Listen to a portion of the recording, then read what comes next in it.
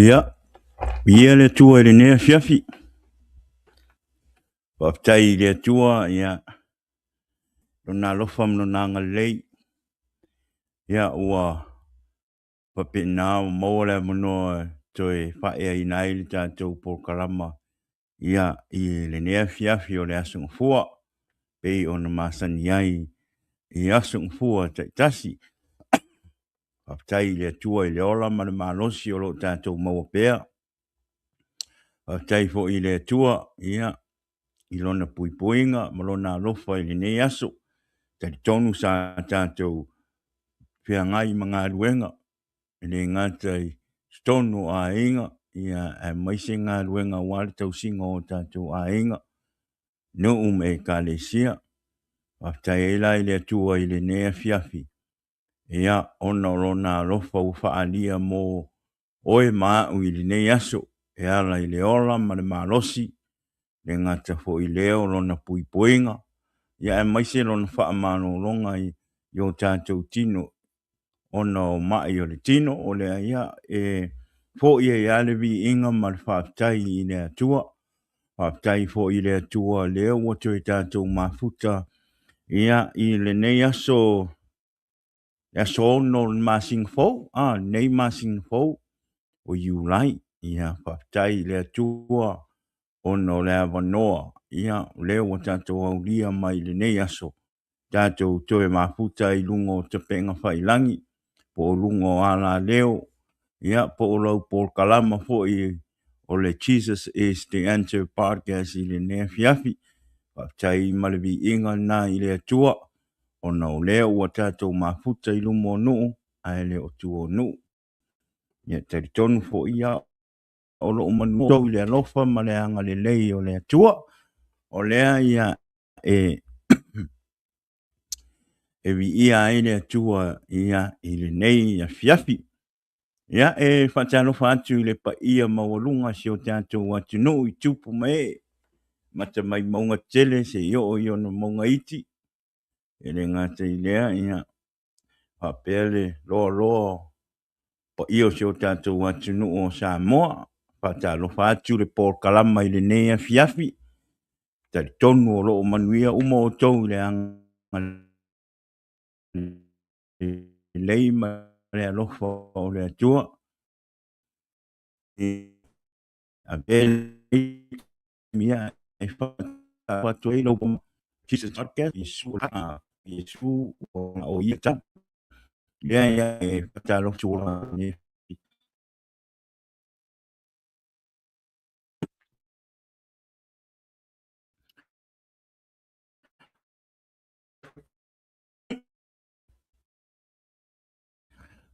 Watu i o singa yanga ulu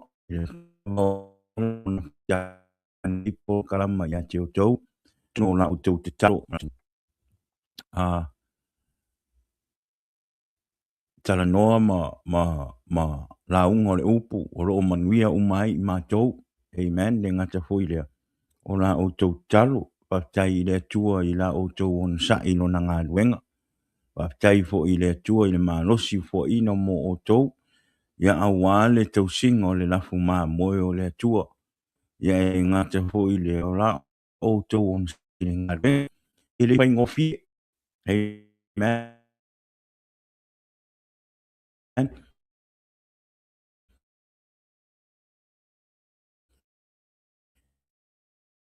Ia e maa po.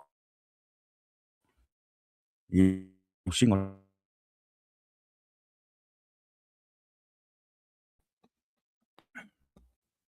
Talo fa por klama. Ia o tau singa. Fa tua. Malo. Fina ngā luenga le. Malo. So whaftai fo i le upule tua o lo o tūna. Lea sā ma lea sā ia awa nganga o na tangata ina ia whape na o na fia pe i le tua ma pi mau i le tua. Ia mwha tua i le tua ma alofa i le tua. O lea ia e whata alofa tua i pol kalama i le nea fiafi. ia o tau sunga I whawhenga mo o tau whale tua. Pea lava se kolope o nei lau langi o tau asuina ele ipu vai o le ora. Ia whataalofa atu Paul Kalama I le nea fiafi. Ia te o tau. Ia vea po nei teimi ia o te whataalofa atu ai foi. Na ia o mātua whale anganga. Le sunga le whawhenga ia wasli I satake ma le whale tua ia tau wā I satake. Ia I le nea fiafi whataalofa atu ia te olua na ia o mātua whale anganga. Whaafitai I la o lua talo moa ma le Paul Kalama le ngata I lea. Le paso tātou Paul Kalama to fine ia fina ia ma le uso au auna.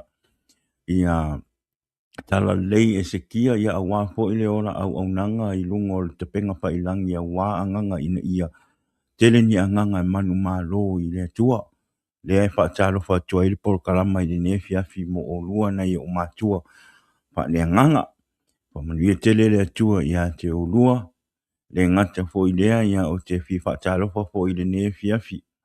Ia I peoi o le tala lei. I o tau sunga I whawhenga inga. Ma e maise le mato e kalesia. Talo whatu nefi afi si o mato e kalesia. A word assembly of God. Rejoice in vision. God's vision. Ia whatalo whatu tātou po kalama ia te o tau le nefi afi. Whatalo whatu fo I. Na i o tātou ta māma tina mātua. Au sino se o tātou atunu.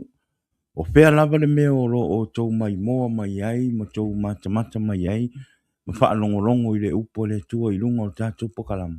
Whatalo whatu whaafitai atu po kalama ia te o tau. Whaafitai la o tau nofo tāpuai. Te leo taimi, o atu ai o tama whanau I whiau mga luenga o le aso ma le aso. Le ngata tau tua ino o a inga, tau tua inga o nuu ai maise le malo. Tari tonu fo I o la o tau te talo fo I lea. Ia o lo o whapena o lo o manuia ai. Ma tau tama whanau. Ono o la o tau tapua inga.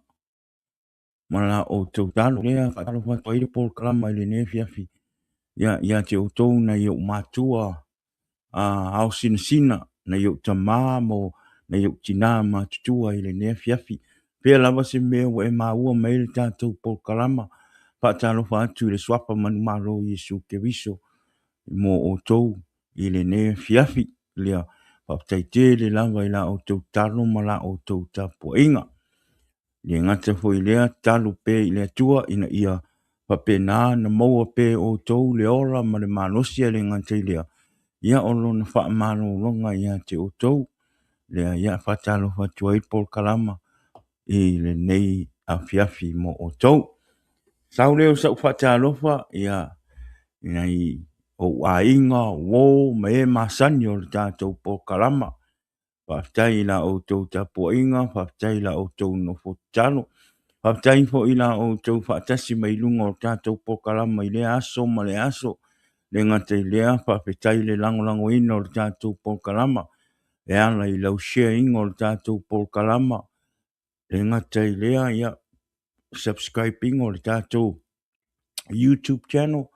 Ia ma le tele o vaenga o tau sosani mai ai a walta tau Paul Kalama ina ia papenao na so o le lalolangi le upo le tua o lea whaafitai ma whaatalo whaatu Paul Kalama ia te o tau le nea fiafi whaafitai fo I le whaatanga ina o le Paul Kalama I te tono lo mota ma lo lawa po whea lava le mea o e matamata ma e whaanongolongo mai e nei Paul Kalama whaatalo whaafitai atu Paul Kalama o le Jesus is the answer le nea fiafi mo o tau whaafitai la o tau nau I e whaanongolongo le upo le atua. Whaafitai la o tau alofa I le atua malona ngā luenga. E le ngata I le whaafitai fo I le tau sosoani le tala inga o le tala lei I a Yesu Keriso. E ala I lungo o te penga whailangi. Ia e le ngata fo I leo le tātou Paul Kalama o lea whaatalo whaatuai le Paul Kalama. Ia I le neia fiafi mo o tau malawa o maua le avanua e tātou te Patase I lungo o tātou Paul Kalama I le nei tū la. Amen. Ia e whatalofa atu ia mai lei yeti sama. Malo pilawi ia malo lava whatalofa atu. Ia te oe, ia le uso, ia whamanuia le atua, ia te oe. Uso whatai le whatasi mei lungo o tātou Paul Kalama. Whatalofa atu fo i le uso ia Bruce Senga, malo Bruce. Talofa atu le usunga ki a Kongo. Te tono lo manguia oe uso malfatua alofa atu. E le ngata fo i lea, whatalofa atu ia Malanga, Lilio, ia i lungo o tātou Facebook le nea fiafi. Ia e ha mai le nei vai aso. E ha mai le nei vai a matanga ino le nei vai aso. Te tonu to telo i tātou ia sa tolu aso le weekend la sopa leile ia o au ia ngau malolo le sopa leile aso koa ngai aso sa. Ole ele lei o le mele o le umi o le aso aso malolo. A ei foi lang kulang fa in kamanong kulang le ngai. Wa a umi nga e malolo e o ke mi kwelu fa ngal venga pe wo ele fi ku i lunga. Ia ele te po se lilo ia o le aso tona i wo te antu ia o tuan ia sa pa manatu ai le lua se lauli masulu tausanga o Amerika le nei malolo tan o matou alala ai papa au ia sa pa manatu ina le tuto tasi lua se lauli masulu tausanga ia taluna tuto tasi Amerika se malo fo i ese le malosi o le nei fo i malo tele o me tupu ai tupu ai me le lei tupu ai me maoae tupu ai me ofo fongia tupu ai fo i mo me fa le tonu mo me le me le nei atunu ia ai faafetai foʻi le atua ia i lenei malō loo matou nonofo ai faafetai le atua o loo matou maua ia manuia i mea o le tino ia ma tulaga faapega ae lē gata foʻi lea o le ola faaleagaga lenei atunuu o lenei atunuu ia e talitonu i le atua ia e talitonu ia Iesu Keriso e ai foi nisi o tangata o nei atunuu ia e faale talitonu tele ia Iesu Keriso e talitonu i le atua ia o tulaga uma faapena e paule mea faafetai i le atua o lenei malo se malo e pitusili ona malosi o se malo e foʻiga le e au ma le nuu o le atua le gata foʻi lea ia o le tamā foʻi po o le taʻitaʻi foʻi ua avea ma presidene o lenei mālō faafetai i le atua i lenei presidene ona o le alofa i le atua ma o le tagata o le alii ma o le tagata e talitonu iā Iesu Keriso e se faataʻitaʻiga lelei lea o se taʻitaʻi ae mataʻu i le atua o a mea na te whaia e au i ai le atua ma e whamanuia ai fo i le atua. E re fefe fo i se mea. So se tangata e au ma le atua ma le tangata e fo inga le e malama lama ma whaatua tua i le atua. E le o i ai se fefe. E le o i ai se fefe. Ma le tātou mta upu fo ele nā ma le tātou upa ma losi fo i nā mo i tātou le nea fiafi nei meo le fefe wanga o le akua e au i le atua e taritonu i le atua ma avea Iesu Keriso e avea mau whaola e kere fefe i se mea e kere fefe e kōro loko i kōro loko e whaile ngā whaile mea sao whaile ngā luenga le atua whaile a mea tonu e fo i ona o le atua na te mawhaia ona wa i se fefe mo oi o lea e whawhitai e i le atua ia ona o le nei atunu tātou nanofo ai ma tātou whanau ai amen ia ai bi ia le atua ia peola stona ia ta papena ia sa malolo ai foi sa fatasi foi manisi foi o a inga ia le tina fo isa ma ua pa tasi atu malo u to lua ia malo whanau ia na se tasi fo i o a inga fo i ia se o mato i kalisia na wala uria i mato sa mato fai fia ai ma wha manatu le lua se lau le masfu le tina ia tuli ia ma le whanau ia manisio a inga o le tina ia papitai ai le tua ia ona o le fellowship le mangai o le matou fellowship na iai na mana ia sa fai matou mea ai ma tūlanga whapenga ia papitai fo i le tua ia i le upu folofolaina ia i le aso nafi i le matou lotu sa whapena sa ia i fo i se tasi o fai au ia mai New Zealand ia malfale tua sa matou paisaunginga whaatasi an nafi sa avea matofi o le matou maftanga an nafi sunga whawhenga ia Kaisa Nelson malfalitua ia Roto Nelson ta whapena ana matou whaatasi mana i le upo le atua whapetai i le atua i le au mainga o longa upo te lo le meu teilo o le upo le atua te titi a tatou loa uma le fionga pa ia le atua o i tala o mea o lo i te tono o tuspa i tele fo ina tātou i whaalongo i sunga i whawhengainga le launga ina o le upua. Ai kei loa, e paua leo le tusi i te tono o le lalu le lani. E leo ranga nei, ma le nei lalu ranga. E le le tele o mea fau. E le le tusi pa ia o le atua. O na faa malama ina, ma faa launga ina, ma o ina. E fau ia so uma. E fau ia so uma le upo le atua. Whanongonongo fo i le au mainga le fe au anafi. Tele o fai launga na launga ai. Ai ese fo i le au mainga le upo le atua na matou whaana o whaanongo, na matou whaanongo e nafi. I le launga ina le sunga i a Kaisa. Ia mai New Zealand, le upo le tua ngafi, mea nao te fia i le upo le tua. Tele a ia tala o tuspa ia, o tātou i loa. Ai ese fo i le au mainga e whai launga ina le upo. Ese uma le, ese mena e mana i le upo le tua. E fau ia so uma le upo le tua. O le sa whamanuia fo i lo tangata na fi le upo le tua. Ma nei fo i le au mainga ma le whaamala maina ma le launga ina o le upo le tua. O le sa maa ia lo weekend. Se weekend matango fie ma le manaia ma le fia ma le oli.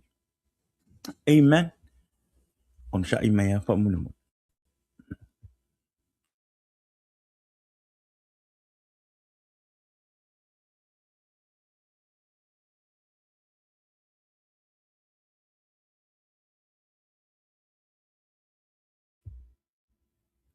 Amen. O le ia, tari tonu sa papena fo ina ma ngai fo ila o tau tari tonu na tau pai mea pa fo ila sko nga ia tari tonu fo i tele o nisi o tau ia sa pai le fianga ma fa singo a inga ia wana so fa o you lai fa mana tuinga o le asfa na o le nei ma lolo tatu ia tari tonu fo i tau tele i tatu sa fa manuia i le upo le atua i le aswa nafi me se ata to lo o ngai i Amerika ia ai tari tonu ia sa mawar fia mo le oli nei weekend o umatu ia ele ngata ile pamana tuino le swa na o le nei maro ia ele ngata ile ia ole la sapati po le aso le li intato tapua ia ile li ile aso nafi ia o se tala le na mo la o ia fo i weekend mana ia mana ia fia mo fo i mano lo mana ia le a fo ta faonga fo i sa fai mo fianga fo i mainga ia le ngata foi le ia le matou sauninga ngafi mo le matou tofi ia ai ia le tua amen ia tel tono la tatou o le tatou fa malosi fa mole aua ne ingalo na share le tatou por kalama fa mole i lunga o le tatou description o le tatou live le ne fiafi i lunga o le Facebook tatou le mata mai lunga o le tatou Facebook ngai e ma le link o le tatou YouTube channel fa mole ma mialo so swani ia i le tatou por kalama ina ia to tele nisi e whapena ona mai moa mai le tātou pokalama ma ua me le tātou pokalama ina ia whapena ona aluato ele upo le atua ina ia so o le tuli manu le nei lalulang i le upo le atua pe ko kasi pe ko lua ni tangata e manu malo i le upo le atua matalia Yesu ke viso e vea mali fa aola ono tatou pokalama e ala i le upo le atua o le vi inga mawalunga na i le atua ma le mea silisili na tāua. Amen. Alofa, yeah, pa mole. Click on that link on top of our Facebook description. Like when click, it take you straight to our YouTube channel. Our YouTube channel. So pa mole, when you in, please subscribe our YouTube channel, like and comment or share our YouTube channel. Okay. Ile ne fiafi, amen. Ele onisi atu langa ole mea lo tamwhaina ina ia to tele nisi e mawhai ona mai moa mpa alongolongo mai le tātou pokalama. E ana le upo le atua, amen. Ma o le tātou pokalama fo i ele o se pokalama na o se taritonunga e to tasi po se e kalesia po o se po nisi atu langa le ai o le tātou pokalama. O le anganga o le nei pokalama o le tārai atu o Yesu Keriso. E le ngata i lea ia whapena ona tele ni anganga ina ia fesosoani i ai le tātou pokalama i le upo le atua. Wai e nisi o tātou tangata o lo o mawhatia le loto po ua mo o miese sosoani. Ai a vea le tātou pokalama le upo le atua. E whaamalosi ai le nata ngata pe whaamalolo ina i fo i se mai. I lungo tātou pokalama e ala i le upo le atua. So, po le ane kalsia, po le ane ko inga karikongu, ngai karikongu ai po le a, ino e pule a oe lau taritonunga, pule oe lau me fai, pule oe lau fifiringa. Amen. A le nei pokalama, e tala i atu i ate oe, le suafa manu malo i Yesu Keriso, e pau fo i le suafa i tātou te maua i le ola e whaavavau, ma e pau fo i le suafa e te tau ona tātou te lia, ma a vea Yesu mo tātou whaaola, ina i o tātou maua le manuia. Amen. Pau ale na. Amen. E le fosia fo i le neipo kalama lo tangata, pe te sau i le rii, pe te le sau pule a oe i lau fifiringa. Ai le tau fia ai le tana ina o le swapa man malo Yesu Keriso.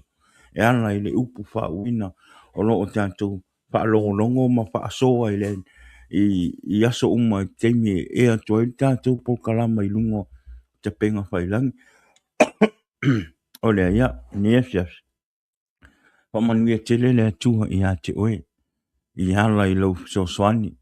Mea uma i le share ina o tātou pokalama. O le whaalau e tele ina to o tātou YouTube channel. Ina ia tele tangata e mata ai i la tau whaalongolongo i le upo le atua o lea. Whamanuia le atua i a te oe lea o lo e feso soani i le tātou pokalama. Ia papena ona i aisea o ngā o le nei pokalama i le upo le atua. E whaingale i lo loto mulu fina ngalo ina ia manu malo ai a vea Yesu mau ali I mau whaola. Amen.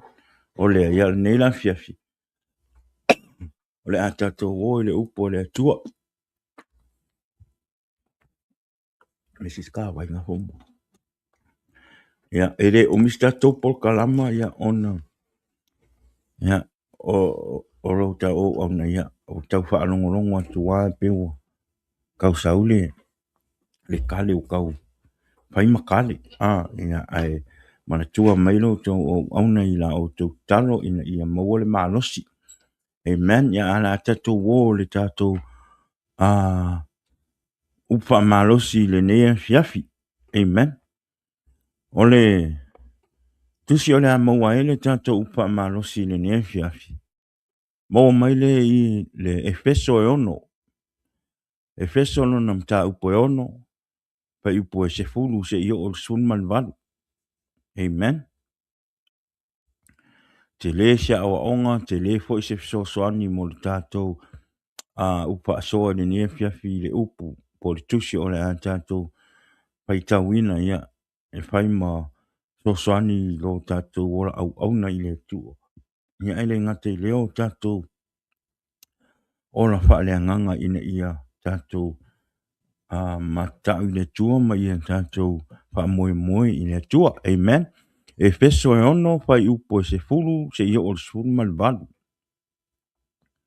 Te tusi ua tato ma sani ei po le tala o tato ma sani ei. Amen. E feso e ono whai upo e sfulu se ia o suru malvalu. Ephesians 6 verse 10 to 18. That's our reading book for our for the word of God today. Amen. Efeso e ono fai upo e se fulu se o sful malvalu o le a o fai tawina. O usoe, o le toe upu le nei, ia o tau loto te tele i le ali, ma le malosi o lona mana.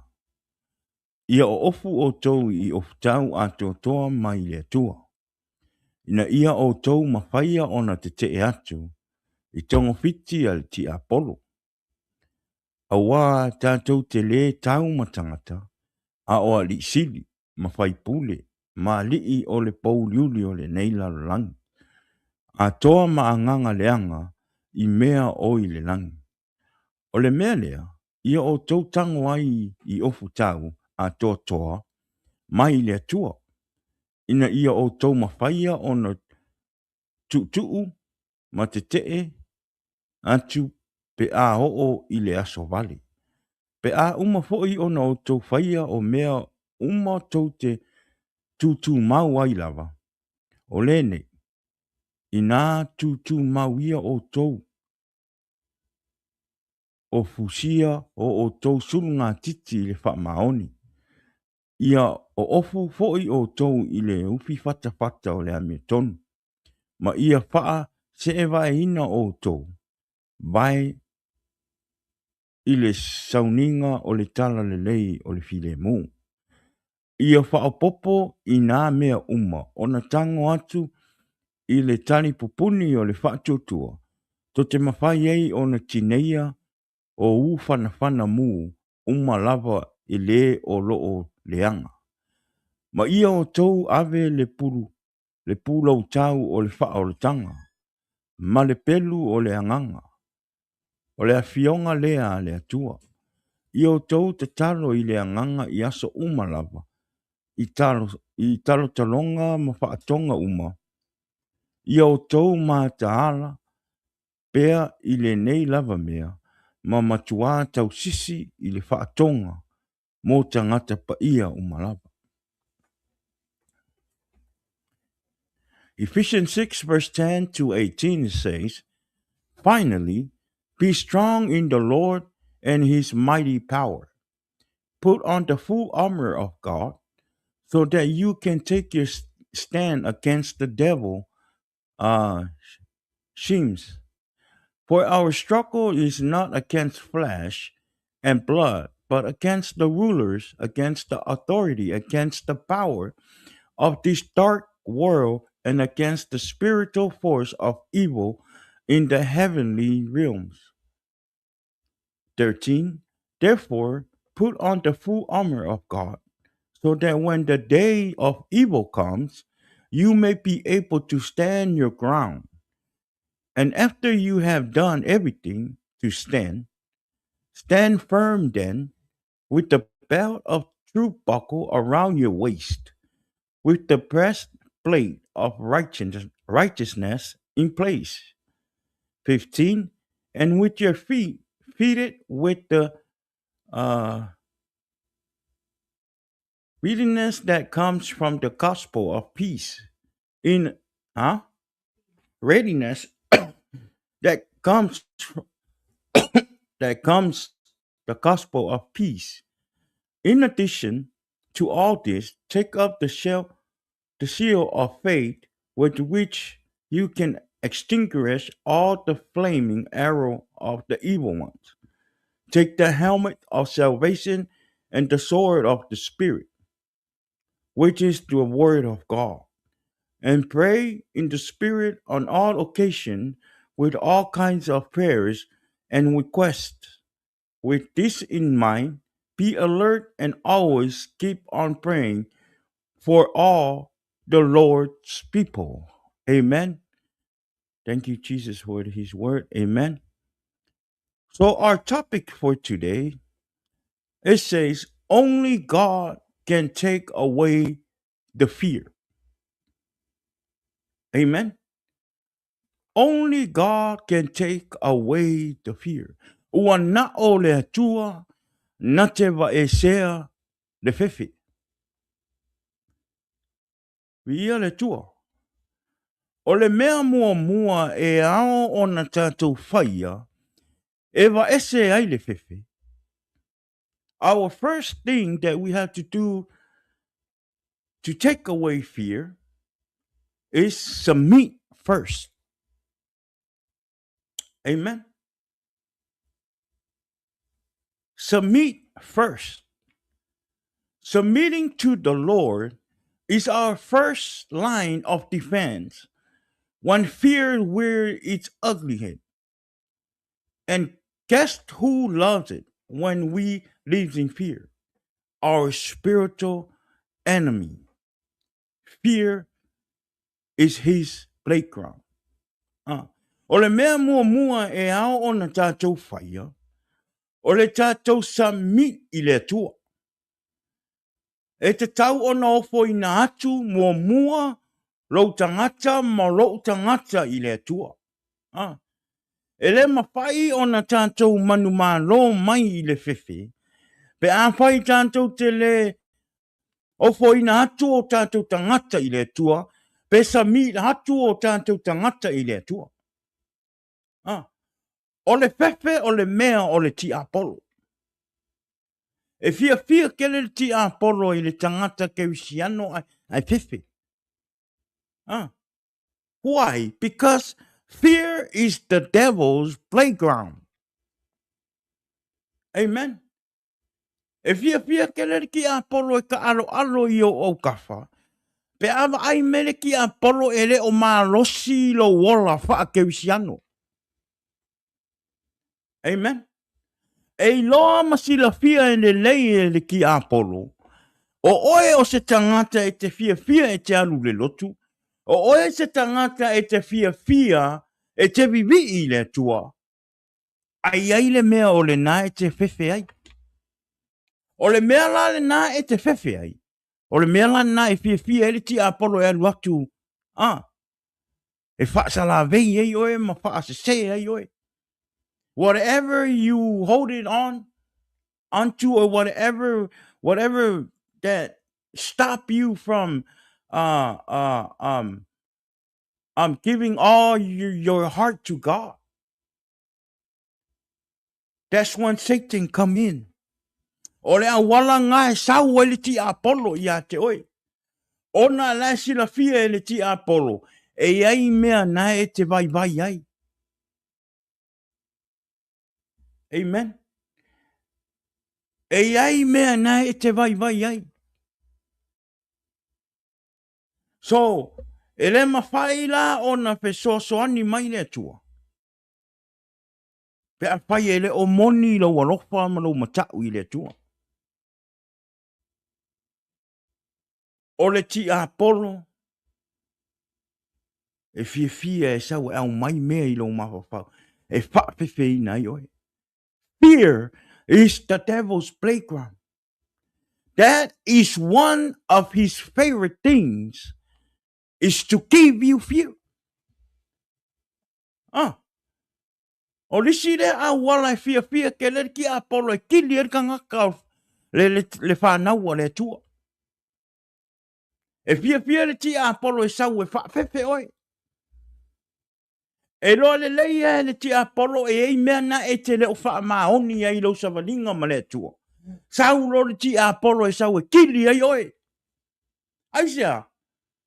Because this is his favorite thing to do. So po le ana le tātou toa anga e o le lotu ma tātou tāpua I le tua. Ai ei se mea o ngai e te whainga tā I a te oe. Ma se mea o ngai poloka I lo wola wha le nganga, moro wola wha maoni I le tua. Kamalanga ngai sa werki a polo I wha se ei oe. Amen. Awane I wha se ea tātou I le ti Apollo.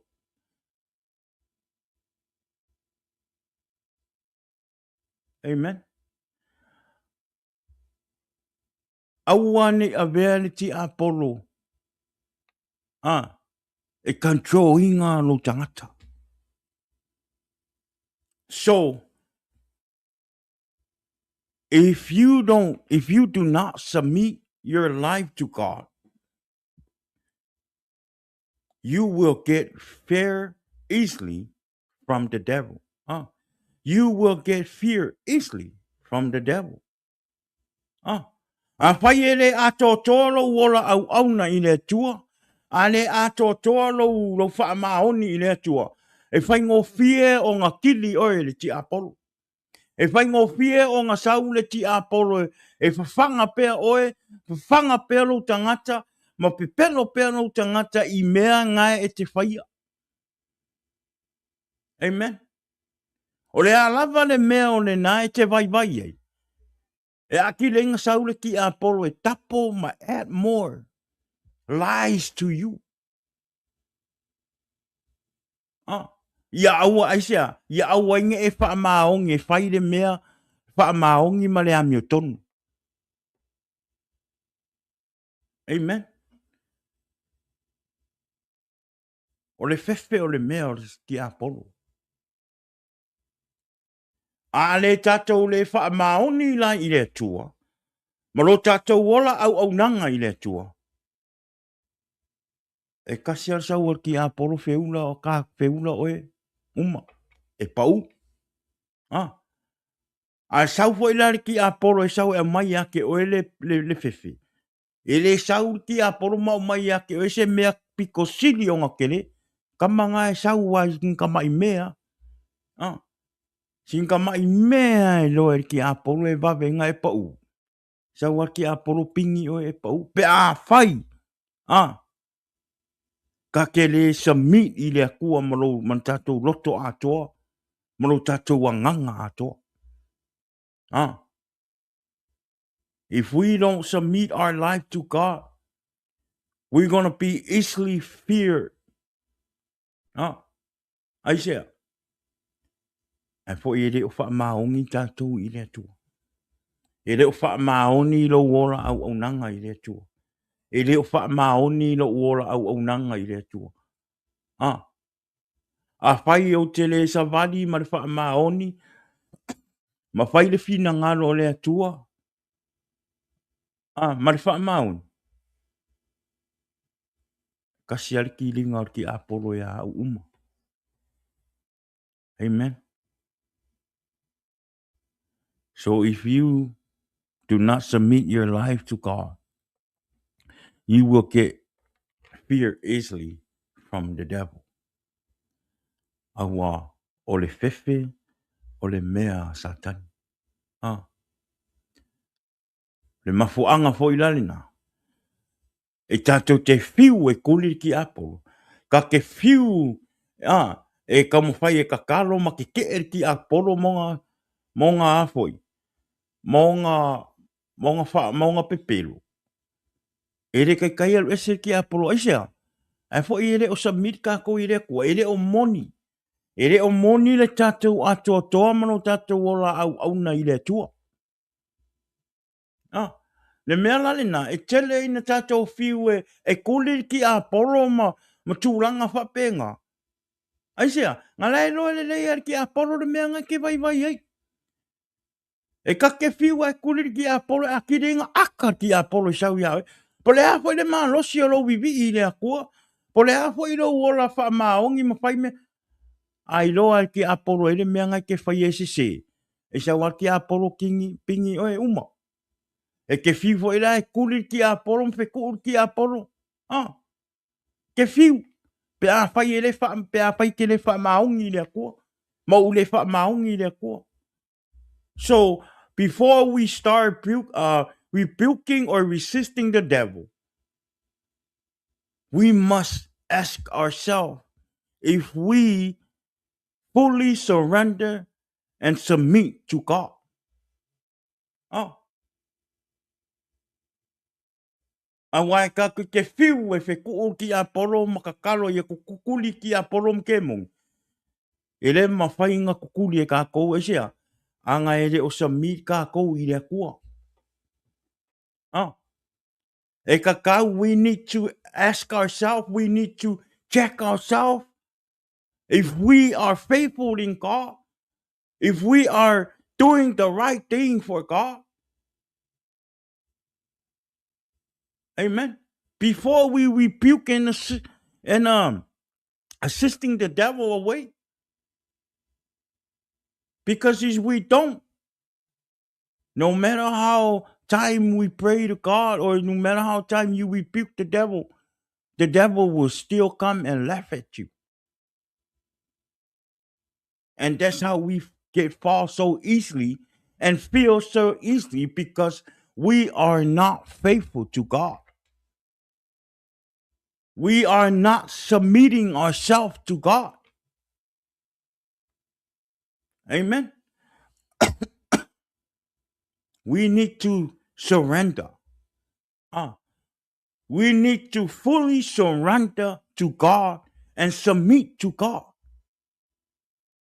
Amen. A submit fo ila ile tua. Awanga ngai mea fo ngai. Awanga ngai mea fo ngai ngai ke ngofo makia i ese. Ave uma a kolo ka ngaka ile kua. Amen. Awanga le avenga ngau sinka mai mea ai ko isi mea. Amen. Alu uma. Ave uma lu ka ngaka ile kua. Because submitting to God means fully abandoning our life to Him. Amen. E kaonga ko umau ka ko ngaka i le kua. Amen. E kakau.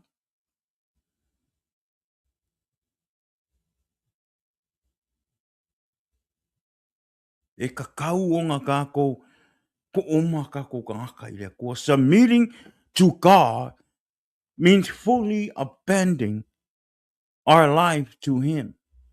With our spiritual armor fully in place and prayers in our heart. Amen. We are healing to the one who has the ultimate authority.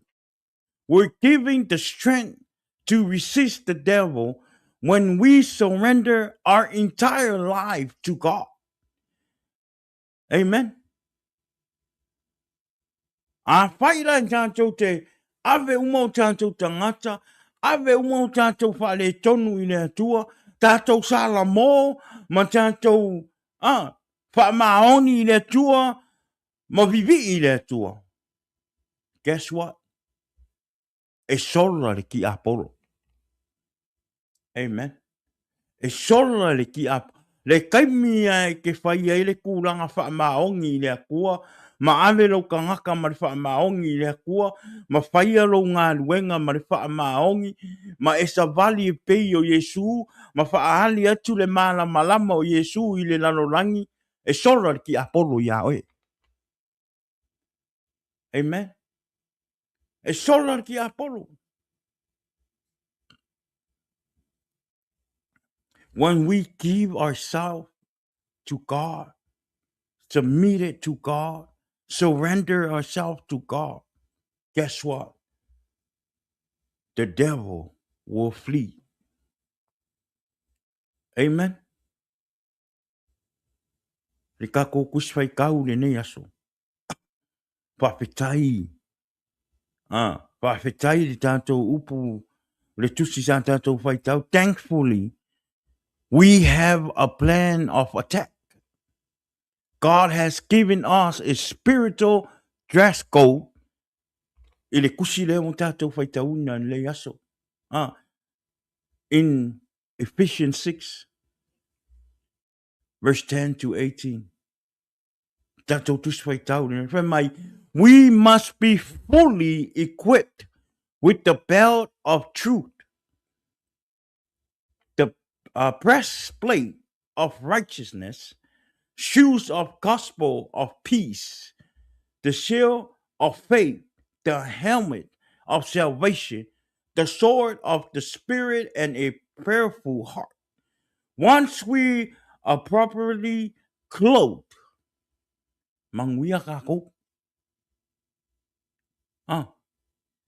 James 4 verse 7 is say, submit yourself then to God. Resist the devil and he will flee from you. Pamele tusia Yakopo, o le mea lea ia o tau ngā wai ai i le atua. Ia o tau te e atu i le ti Apollo, o na solo e se ai lea, o ia ia te o tau. No inga te tau, sa mi ngā wai. Te tau o na ngā wai a tō toa o tātou loto, ma o tātou tangata i le atua. Aisea, e tātou te mawhai ai o na tuli le ti Apollo. Without God in our life, we can't chase the devil away. Why? Because only God can take away the fear. Wa na o le atua na te mawhaia o na tulia e sea le ti Apollo. Amen. O reisi mea tātou te whaia. E mawhai ei o na tātou te le ti Apollo ma ese le fefe mai tātou. Declare it. First, submit first. Second, declare it. Amen. Before troubled times come to our ways, it's wise to be prepared for our course of action.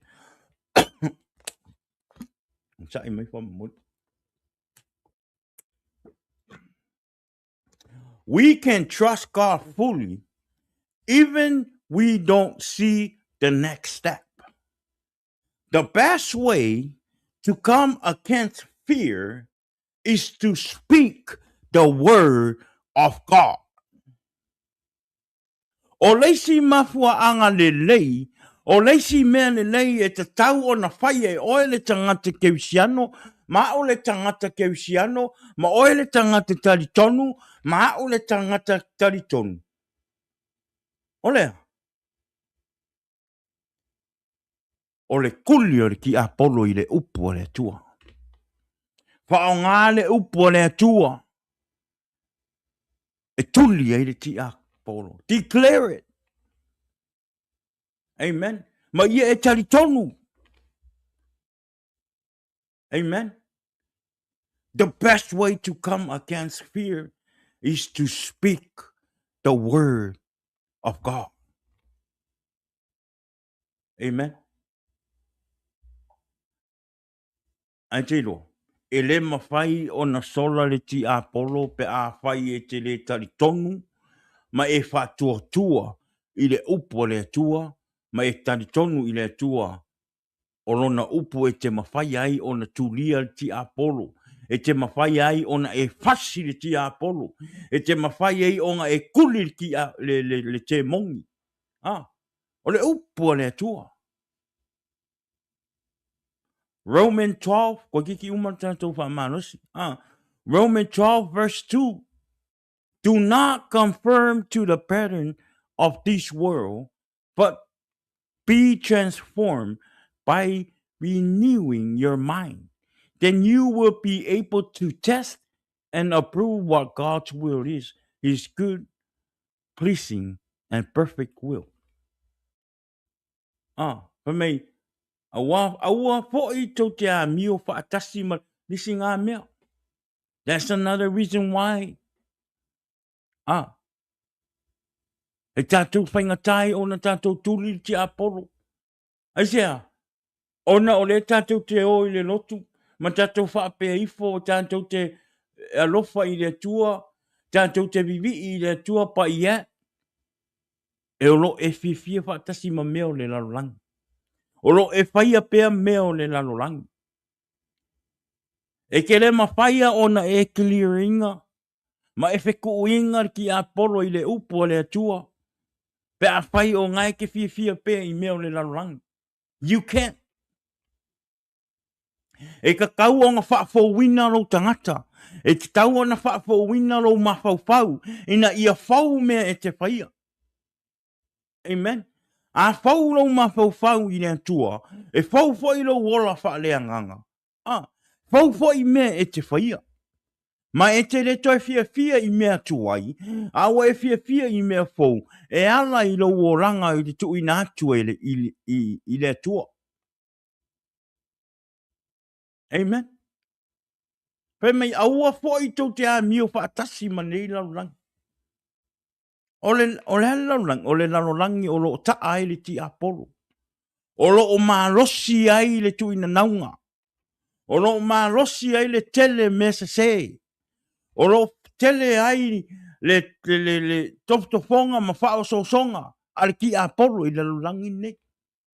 Nana fai mai, aua foi tau te a mio whaatasi. Ma le nei laulangi. Do not conform to the pattern of this world. Ai pe tai ia li liuina i le toe fua ta ina o tau loto, ma o tau mawhauwhau, ina ia o tau se sue, pe a se fina ngalo le tua. Amen. Ia tātou loto lava i merunga. Pe meri korose, tolu, pa upoi lua. Ia o tau loto lava i mea i runga. Ere o meo le laulangi nei. Think about the things of heaven and not the things of the earth. Amen. O le upo le atua le nea fiafi. Wana o le atua na te mawhaia o na wa ese le fiafi. A le iai le atua i lo wōranga. A le iai e su i ante oe. E te le mawhaia o na ewa ese le fiafi. Ma tu lia ese le fiafi o na e esea. E te le ola mo le atua. E te le o fia i whairi fina ngalo le atua. A o ngā o meo le larolangi. Awane i o tātou fia i mea o le larolangi ai ia tātou fia i mea i runga. Amen. Submit ourselves to God. Amen. And declare it. Tātou whaalango i le anganga pa ia o le atua. A ho o mai a te oe le fefe whai le ami o tonu. Ta talo i le atua. Au ngangi i le atua. Ina ia tuina mai a te oe le saorotonga. Tuina mai a te oe le toa o le loto e te whaia i le mea moni ma le mea ami o tonu. E te le fefe ai i se mea. Amen. Le ufa malosi mo oe maha ule ne fiafi. Aua ne I avea me pepelo ti Apollo. E te whewhea I e whai le mea moni. Ma le ami o tonu a le atua. E le au ngā le tātou wō I le lotu. Tātou vivi I le atua. Tātou whai tau le tusipa ia. Tātou wha longo I le upo le atua. I le aso sā ma le aso sā. Ai tātou te whewhewe I mea o le ti Apollo ma pepelo o le ti Apollo. Amen. If we are the sons and the daughters of God, amen, we should not be scared of the devil and his doing. Why? Because Jesus that we serve. Ona o Yesu le tātou te au nai. O Yesu le ua tātou ma, le ua tātou talia I o tātou loto mo tātou anganga. Ma le tātou wōranga. O Yesu lea sa maliu I lunga sa tau, ona oe mau ina ia whapena, ona toe mama I tātou mai se ma ngasala, e le ngata I lea o le whewhi. Amen. Wawa ese Yesu ke viso le whewhi mo tātou uma. Aisea, ina ia tātou mautu, ma tātou taritonu, ma tātou whaatua tua I le atua. E le aise me whaingatā I le atua. Amen. Fiu le ti Apollo e whaososo Yesu, e le I whewhi Yesu. Aisea, ona sa ia taritonu I lona tamā. Sa ia matau ma whaalongo mausitai I lona tamā. Amen. So le nea fiafi. O le ase me o lo poloka I lo wala au nanga I le atua. Ona o se mea ngai te whewhi po se mea se sena I whaia. Tu I lumo le atua.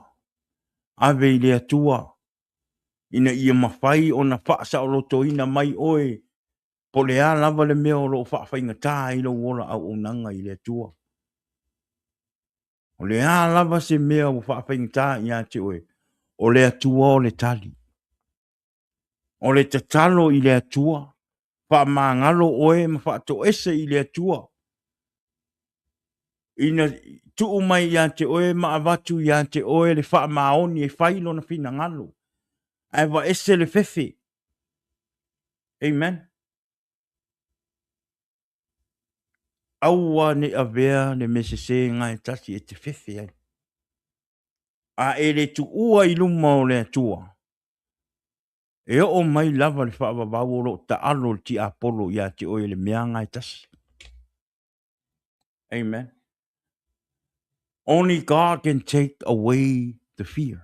Wa na o le atua na te mawhaia o na wa isea le whewhi. Pei o na ufa so atu. O le whewhi o le mea o le ti Apollo.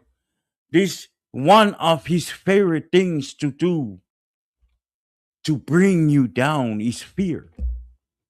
Fear is the devil's playground. Fear is one of the devil's favorite weapon to bring and pull you down. So if we don't submit ourselves fully to God and submit to God, the devil will continue play with you. Play with your mind and play with your soul. He will forever give you that fear so you can stop doing the right thing and the right thing for God.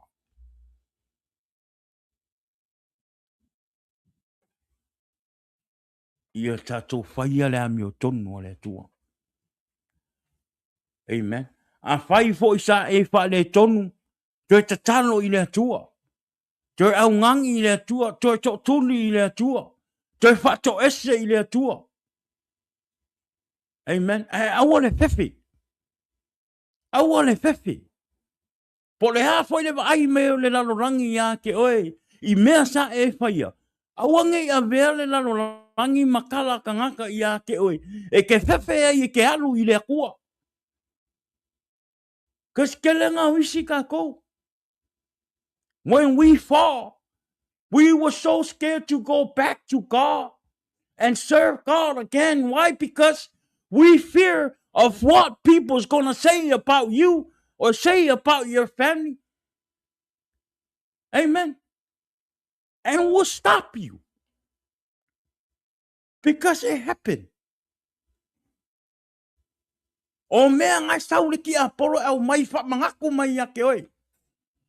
Ma wha pepe oe o ngā kala o kangaka. Ngō nisi nā mafuanga wa kele inga whapeng kā, ngō koe kako mai I rea kua. O ngā o leo langa o sa e koe whaia. O ngā o ua e koe furikua I rea kua ma e alu koe whai leo langa kuai. Amen. Po le ale foi ai o loo langa pe o leo langa sa o iai. Pa mori. My families and friends and people on our program watching our program, I used to be, go front, come back, go front, go back. Leo langa sa iai, alu luma sa kua, foi ai leo langa. Tala moni. E po le ale foi ai o loo langa sa iai. Ka alo I luma o lea kua. Le makau I lea kua ma le whainga o leo langa sa olai. Ale wo koe suia e lea kua lo uolang. Sa au le kea ma o le popola I kala kangaka o le a whai mai a kia. Ngā wo popola a hau I lo wanganga ma ina ia sao I le ola e whaamavau. E le ngaka I lea. O ke popole onga o lo a hinga o ke le fi a vea lo a hinga I se oli. I don't wanna be a man or a father to take my family, my wife and my kids to hell. No. In the name of Jesus, I rebuke that. I will take my family to God and serve God and accept Jesus back in our heart so we can make to heaven. Or the kangaka na will submit. You know, when you submit God and surrender yourself to God, it doesn't mean you don't feel anything from the devil. You don't feel anything. You don't care about what the world, what your friends gonna say about you. You don't feel that anymore. Why? Because you fully surrender to God. Amen. That's why we need to give all ourselves to God. Let God control you and carry you.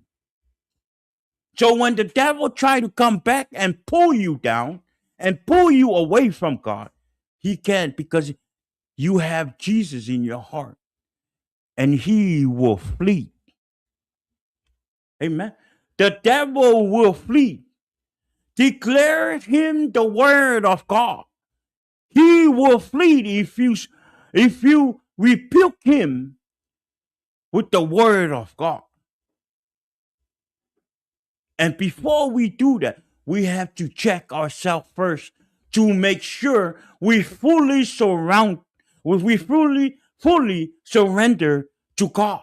Because if we not fully surrender, no matter if you speak the devil with the word of God, the devil will never run away or flee away. Because why? Because you're not fully surrounded. The Satan's going to stand there and laugh at you. Papeo ngai sau ke fiura la unga kule upo le akua ma e fiku aku ki Apollo makamafai e kuli ki Apollo le upo le akua. Ele kai ngoi ki Apollo pe afai e kele o whaamaoni I lo wora au nanga kele o whaamaoni e ave a kolo kangaka I le akua. Amen.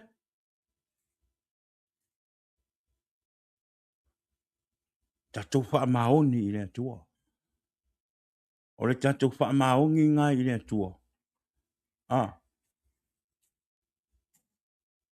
e tātou te mawhai ai o ngā ke eri ki Apolo, makuli ki Apolo. Patalo whatu le sunga whawhengainga. I le nefiafi, malo rawa la sunga.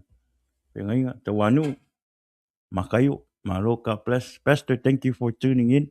Ia le tua, pastai le tua, ya. Maua nea vanua tātou mafuta I lunga tātou pokalama. Amen. Amen. So, a whaila ne nei a fiafi wa e fiu e kakalo ma e fiu e kuli ki Apolo. Shaki mo mua. Shaki mo mua lo kangaka. Me se aka koulea kama. Tama, mans, fathers, ai manga o manguia lo ai. Ai manga o ave lo ai nga I le kua. Alu mua o I le kua. Awa ke wha moe alu kiki ngā ai nga ave o I le kua. Wa kele ngā o isi kangaka. Kele ngā o isi urungari. Pei wa kele ngā o ki ngā e kakaro I le kua inga I liliu mai le o ranga o kama. O lea ele me waka o e kā kou o ulu o a inga pe a whai e alu le ki ngā e ko kuli mo o e kama. E le whape ngā, a whai ua a vea kā kou ma ulu o a inga. E kau ngā solo mua I a ke oe le kama, ma au le kama, ma whaka I ka inga le lei ko kongo o kā kou a inga. O lea, o le alu mo mua o kā kou kama e submit to God. Amen. E ka kau o ngā kākou ka mā o ngā kākou submit I le kua. A whai, ka ke whiu ai ka ke oi le loko makakalo inga ia manguia o kako a inga. A ele submit I oi le kama, a ele submit I le kua. Ka ke whiu we whai. Amen. The reason why I say this and speak about this, because I done it. Moli maule a nganga pa ia o le atua. Moli maule a li whaora o Yesu ke wiso peonga o whai aku. O leo langa sa iai, o leo langa foi iai. Sau I luma alu kua, sau I luma alu kua. O ngā lesko ngai, ingu whai ku langa e o le sa alu wao le la fonga. Alu wao whai le whaamangkunga ka alo I luma o le kua. Leo langa ngā sa iai. Te tonu o lau a hinga. Te le se wha le tonu na tupu ai. Kelenga ka alo ki Apolo I ko kongo o lau a hinga. O fiu e ka kalo I le kua. Le ai se suinga. I say, I wasn't even fully submit myself to God. Sa o le wha maongi I le kua. Kelenga ka kalo. I ko olua inga I sui le o langa aia. Ingupia o ngā. Ula ka paa I le usikai. Ai inga ua ai aku. Ua eseri tū langa o le a o I le ai. O ngā I ngā ngā o I loa ai. O mai le nganga pa ia o le akua. San, a e manga o sui lo a inga. A e au manga o au mai lo a inga I a ke au. Sau mo o I a ke au. Sau mo e ke sala mo, ma e kokuli, ma e submit, o le a e talia au, ma e la e choe savali ma le wha maoni. E whai lau whi au ma la unga luenga. And that's what I did. Ai ke loa. O ke rei whanga sau I le kua. Amen. Ngā o sau a o ke alu I luma o le kua. Ai sa le whai ngofie. Sa le whai ngofie. Le processing o le sau I le kua. It wasn't easy. Ngā o sau I le kua. Ngā koe sau koe kakalo I le kua. Anga pongi I le kua. Ai ke loa. Ngā o mai, ngā o apopo ngā. Ngā iai apopo ngā ngā savalia. Whai ngā kai ko kongo le ainga. But you know what? E le kula fo inga e le kua lo umanga onga. E le kula fo inga e le kua lo ka ngaka inga ua o sau. O ke kookoli. Ma koe ave lo kangaka I le kua. I submit and surrender myself to God. And God told me, son, on sai, have faith and have patience. Just watch me. Just do your part, and I'll do my part. The good news is, e mo I lava o lo o savalia ale whaingata o leo langa, because we're always gonna go through problems. A o le matongo fia o le atua. Ua le tutusa mea sa tutupu mua mua. I tutonu o lo ainga. Ma mea o lo savalia. That's the goodness of God. That's the goodness of Jesus. God, take that fear away from me and my family. So now, me and my wife and my family, we serve God with truly of our heart. Amen. Everything that I went through, God used that as my lesson. Learn. O mea uma whaingata sa o wia, ma mea sa o ero olanga. Sa avea ma whalea onga, ma oa onga, o lo uola whalea nganga, ma lo uola au auna I lea tua le taimine. Wa o wa aia wa whapupula I lea tua umata ma uto e tepa. A woi kalo whai. A woi kalo whai I lea tua. A woi kalo whai I a Yesu. I mea se na o whaia. Leo langa sa o whaia. Ta uwalea le ngā ruenga le atua. Ta uwalea le atua I a te au ma mea sa o whaia. Wa toi whapupula I a ue le atua. Te mine. Wa le toi iei se fefe. A le vision le atua na umai atea. A le vision le atua le mafuanga le ua utala noa atua I a te oe I lungo te penga whailangi. Onga o le vision ma le whaonga inga le atua oa. Na musu mai le anganga o le atua ma whaailoa mai a o le vision lea. O lo usau e whaasoa I le upu. Ma usau o te tālai atu le lei le suafa o Yesu ke viso. E moli mau atu le suinga e le atua o lo uolanga. A sa o whaapea I le atua, I can't do it. I said, God, what is this? I can't do it. And check this out. O mangaku sa o mai lo mawhawhau. Pe o na utala noa atuai. Sa o fefe, sa o popole pole ase wa inga tangata o a inga o tangata na te la tau te sila fia le o langa sa iai. Amen. Whapea mai la ia le anganga o le atua. Like my pastor, pasao inga o Peter told me. Power. I le aise au ngā ulo koa I mea le rangi e ki pala ai e whaile ngā luenga le atua.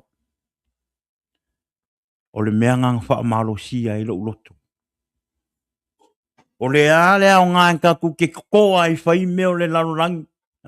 Ki ngā kako I loe se e oki ai.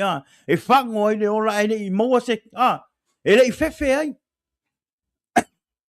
A le sau e whaile ngā luenga le atua ma whaile whina ngā loa le atua e pala ai.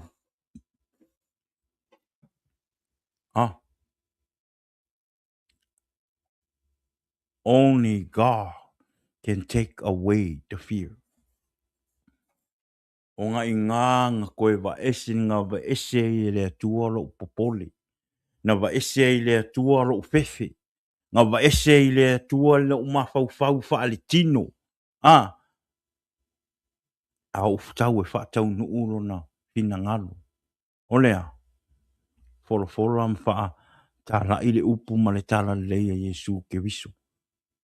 It's not about me. It's not about the program. A o oe le tangata o lo e mata mai.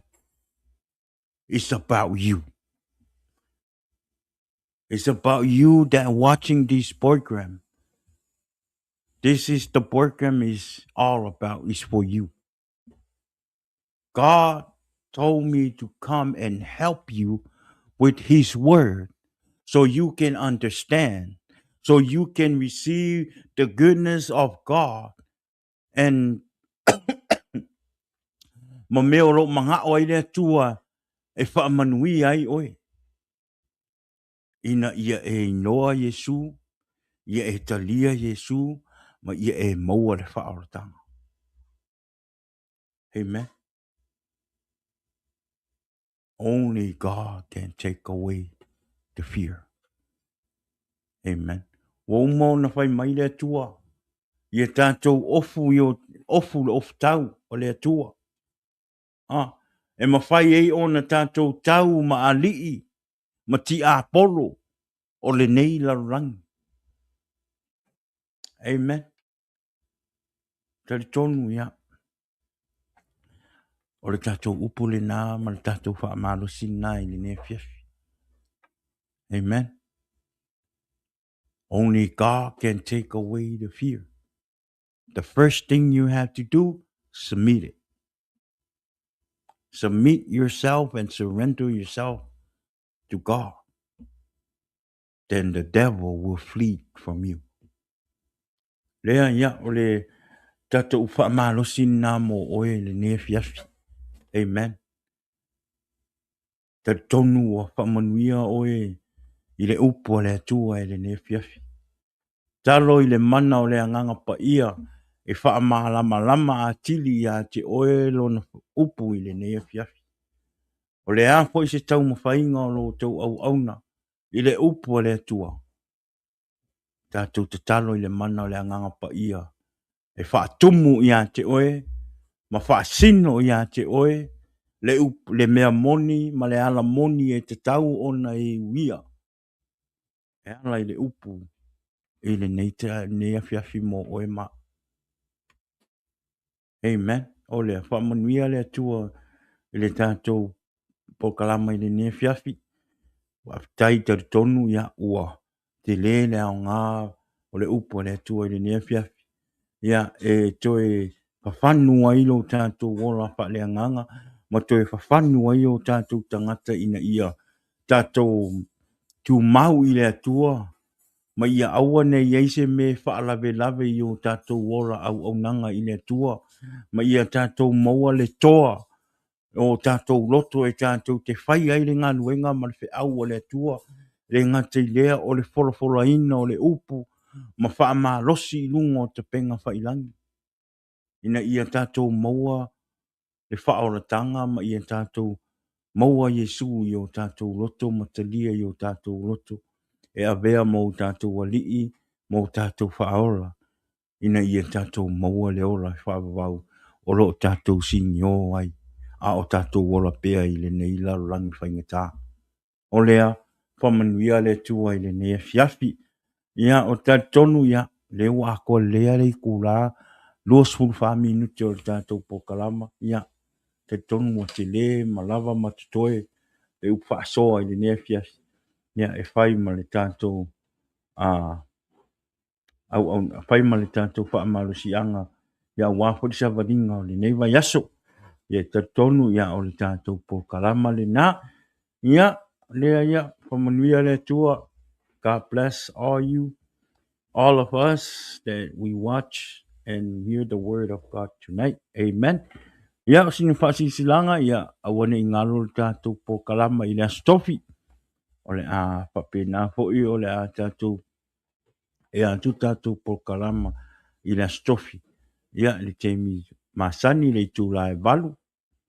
Ia, le afiafi o le astofi. Ia, pēa o toi le ola ma le malosi, ia, patalofa te fōi se utina ia tangi i le nea fiafi. Ia, patalofa atu po kalama ia te oe mam le nea fiafi, tina tangi. Ia, po le palitua fo ia tangi le nea fiafi. Alofa atu i le pasol tātou po kalama. Ia, fina ai fina. Ia, alofa atu le mo oe fina. God bless you. Thank you for prayer. for our program fina fa tai mo lo no fo talo mo tato po kalama ia fa manuia pele tua ia te oe le to fine mo pele ola ma le malosi ka bless you fina ia a taton ia o tato po kalama le na ma ia e le nei a fiafi tato te whailoa i la stofi oi o le stona ia e whailongo sili tato po kalama i la stona i nei ia ona nisi fo yo maftanga pa maftanga tama ia sio manto pulenga ia ole a papena ole a o awai ai ia malisunga ia tarali ia ile stona ai a mo ase ma no si tala le stona ia ole a fire tato po kalama ile stona ai e whailongo sili tato po kalama ile stona amen ia ai mana tua pele nei po kalama ila o tau tarusanga te talo mo le mātou pas le to fine ia fina ia le ngata leo le uso au auna ia tala lei e se kia ia wha pelo nei tangata ia awale wha foinga fo e tātou po kalama ia le ngata leo ia le pas o tātou po kalama ia o lo nofo te talo mai foi ma o roa lofa mai pea le tātou pasi i tātou wōm pāanga o tātou po kalama. Ia o roa manuia pea le to fine ia fina o roa iai pea le malosi ma le pa malolonga le tua le paso o tātou po kalama. Le ngata lea ia o le sunga ia tala lei. Ia o roa malosi uma mātou ia ono la o tau no fo te talo. Ia awale au nanga mo o tau ilunga o tātou po kalama i te penga whailangi. O le God bless Mam Tina Tangilima alofa atu manuia le fiafi ia ona o le ua wai atu ia le ufa tasi mai le sunga ia Pastor Waita ia whaftai mo le ula whaftai mo le ula longonga le le pai me o le anganga o le tua ona whaunga le sau ma le ula ia whaftai fo i lau sunga le whawhiangainga ia mo le mea lofa ia mai maue pe anga teleste me tanto te mafuta ai ia sa o mato fatatani pe le meto e to mai lunga San Francisco ia le faina le te tonu ua umon saunia le tua se aso e to tanto te mafuta ai e Paulo mea ia whaftai le tua na ua to te liwa tu male manuia whainga malanga o lo sunga whaiwhi au ia e maisen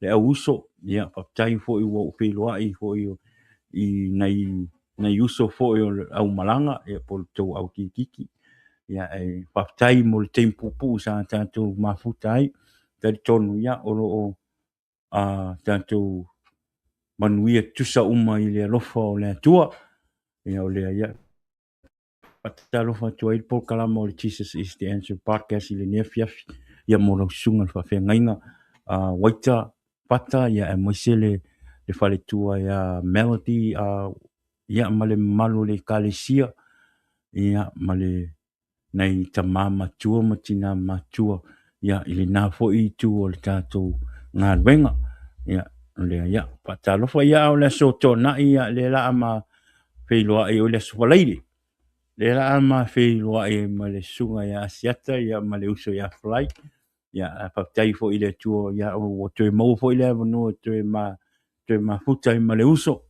ia tele ai tara no i lungo telefoni mtulanga i whapena ia whaktai le tua avano tā ua ia ai e roo manuia fo ia le nei tu o le ngaruenga le tua ia so matu whaiwhi au ia Wesley Stuckey ia sili mai ape mo se avano toto mai ei ia ana whapen tau nuu tau mai ia e mo le avano e tātou te mafutai ia ma e mau se taimi e te launga i te le mātou lotu ia ai le awhaina o le ua te tonu e ile taimi to e tātou whiloa ai amen ai whamanuia tele le tua i lau sunga pastor ia marwhatua ia ma le kalesia ia whatalofa tu fo i le uso ia lotu sasi umaro uso ma lo lava soifua manguia i lau sunga i le awao ia te tonu lo manguia lau sunga ma le whatua ia whatalofa tu fo i moli atu alo whaanga le sunga le whawhiangainga o sunga toina, ia mafatua, ia male malo le kalisia. Yeah. Thank you, Pastor. God bless. You'll be ingai fa fo I le tua. Amen. Ia o tātou nui o tātou por kalama le nai le ne siafi. Ia ono le ua. Omo na tātou fa soe le upo le tua a. Ia ai. Te tonu ia. O lisi o tātou por kalama I le stofi. Ia I le tūrai valu. Ia I le fiafi. Ia pēo toi le ola ma le manosi. O le ia. Ia manuia tele ia. Tūranga o neiva yaso. Pe au manga ruenga. Manuia fo I le nei po. Moe fai eiso. Fai sau te talo e moe ai. Ai ala fai mai fo I le aso ata e au pe au atu le ola ma le manosi. Te talo I le atua ma awe le whaftai I le atua. Awane I ngalo le whaftai I le atua tae au uma e te ola. E te ala I fo ai. Au e mawhai ona e manawa. O e mawhai ona e ai atu o lo ta oto mai siau to lua I o au tafa. Ua maua lea wanoa e toi wa ai e siau whanau. Wai tātou te leiloa me tupu. Mea ngā e tātou te whaata ua I a tātou ala whai mai le tae au. Whawhetai I le tua. Whawhetai fo I le tua ona o lea wanoa.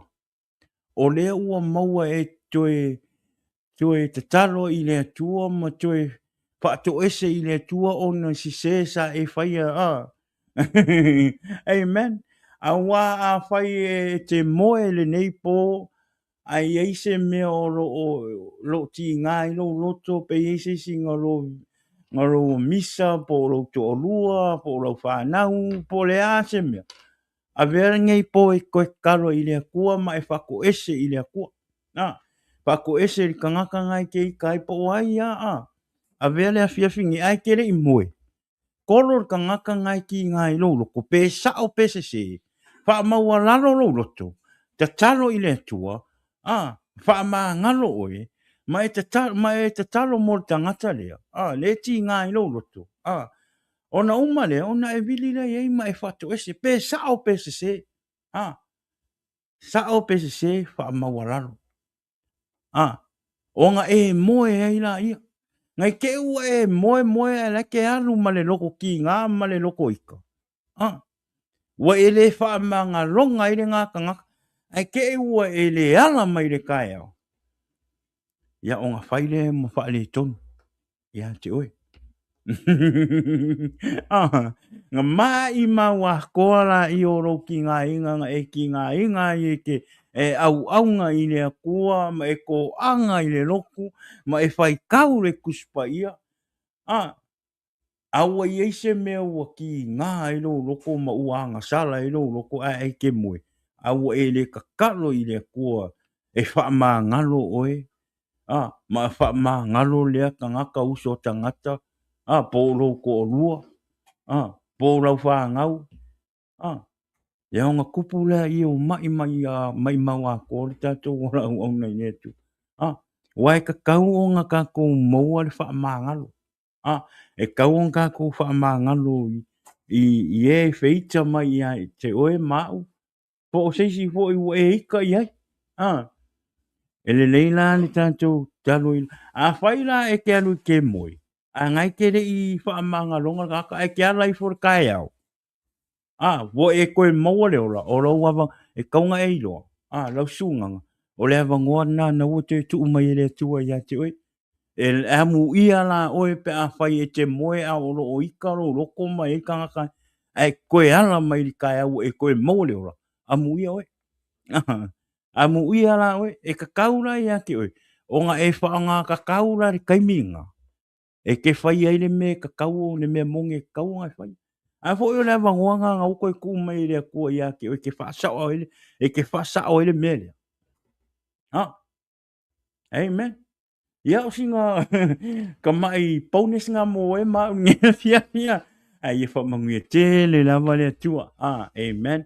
Man ia le tua ne fiafi to ta to fe lo ai le so.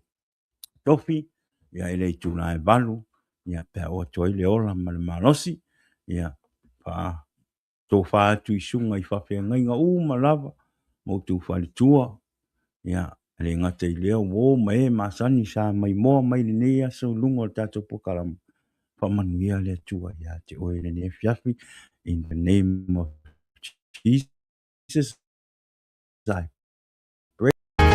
Jesus is the answer for the world today. Above him there's no other. Jesus is the way. Jesus is the answer for the world today. Above him there's no other. Jesus is the way.